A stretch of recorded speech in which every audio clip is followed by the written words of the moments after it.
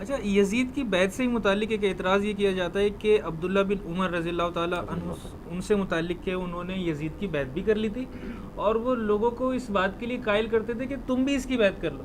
تو یہ بھی ذرا کلیئر کریں کہ کیا کیا واقعہ. ہاں ایسا ہی ہوا تھا، لیکن ہم یہ کہتے ہیں کہ یزید کی جو بیعت نہیں کر رہے تھے یا جن لوگوں نے یزید کی بیعت توڑ دی تھی وہ بریلوی دیوبندی اہل حدیث تھے یا ایٹ لیسٹ صحابہ اور تابعین تھے.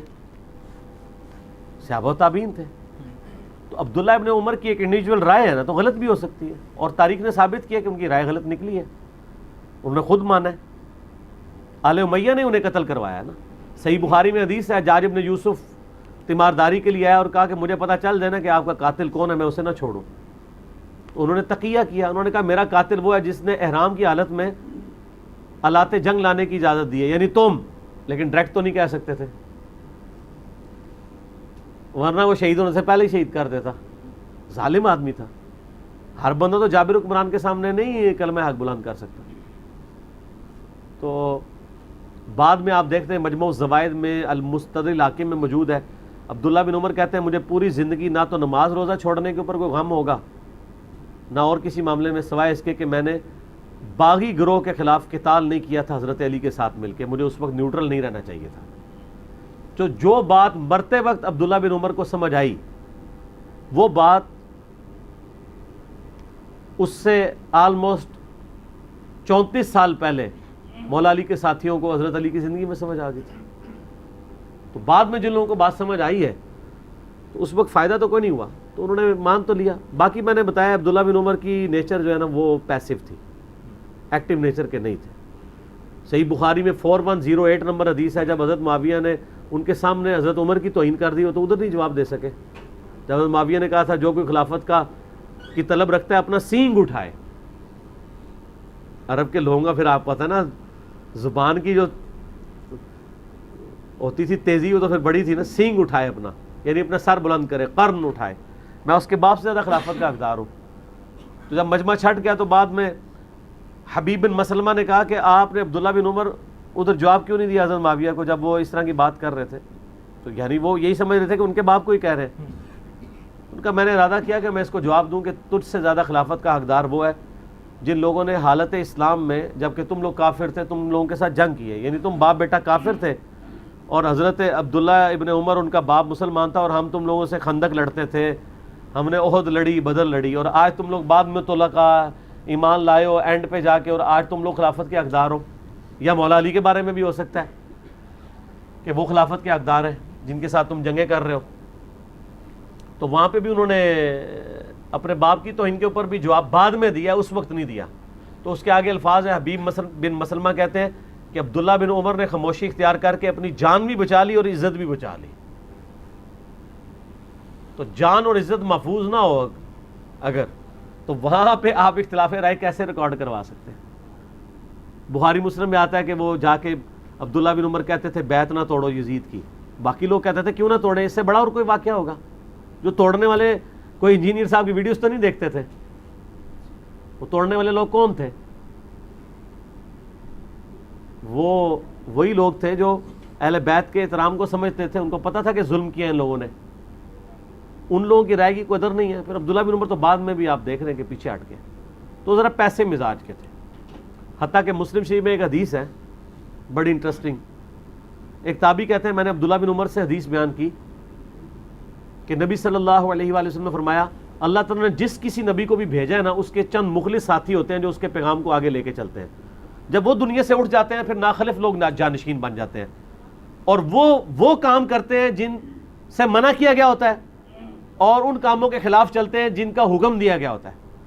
ایسے لوگوں کے ساتھ جو ہاتھ سے قتال کرے وہ بھی مومن ہے، جو زبان سے قتال کرے وہ بھی مومن ہے، اور جو دل میں برا جانے وہ بھی مومن ہے، لیکن وہ آخری درجہ ایمان کا.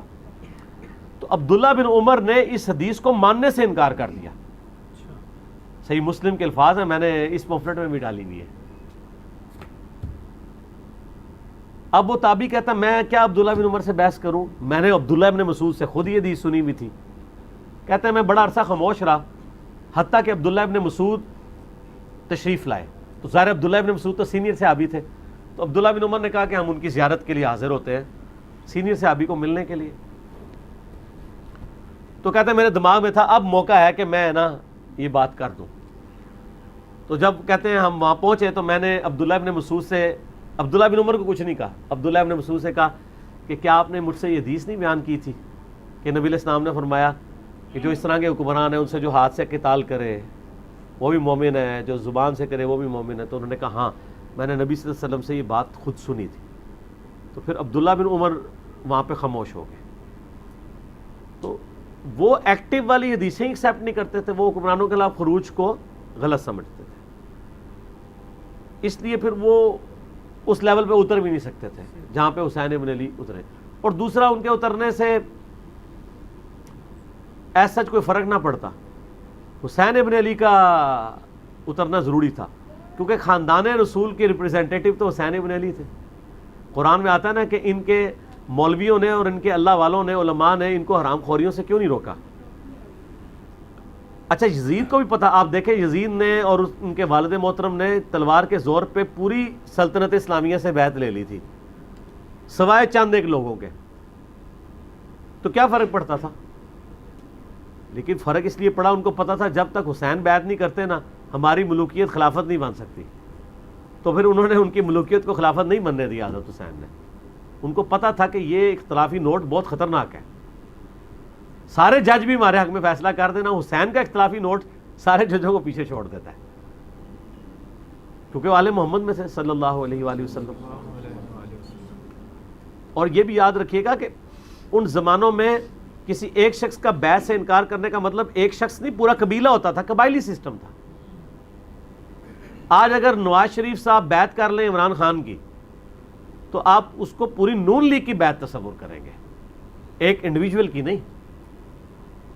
یا عمران خان صاحب بیعت کر لیں نواز شریف, نونی والے ناراض ہی نہ ہو جائیں, تو پوری پی ٹی آئی کی بیعت تصور ہوگی. اس زمانے میں قبائلی سسٹم میں اگر حسین ابن علی نے نہیں کیا تو مراد ہے بنو ہاشم نہیں بیعت کر رہا پورا قبیلہ. تو یہ کہتے ہیں 2-4 بندوں نے بیعت نہیں کی, 2-4 بندے نہیں ہیں, 2-4 قبیلے ہیں اور کوئی عام قبیلے نہیں ہیں, عرب کے بہترین قبائل ہیں جن کی اسلام کے لیے کنٹریبیوشنز ہیں. انصار بھی خلاف تھے, انصاریوں نے تو ایون حضرت ابوبکر عمر عثمان کی خلافت کو بھی اس طریقے سے کھلے دل سے قبول نہیں کیا.